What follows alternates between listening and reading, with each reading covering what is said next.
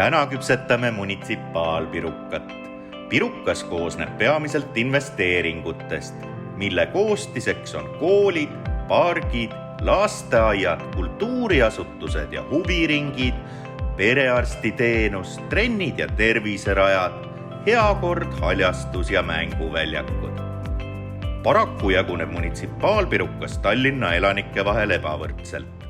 Lasnamäelased tegelikult peaks ise otsustama investeeringutest, mida nad teevad ja kuhu nad teevad. Munitsipaalpirukas peaks olema jaotatud niimoodi, et ei toimuks liigutamist ühest linnaosast teise ja iga linnaosa peaks saama kuni 10 korda rohkem raha, kui praegu ta saab keskusest.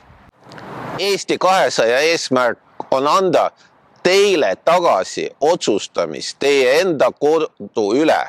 Lasnamäe vajab muutusi.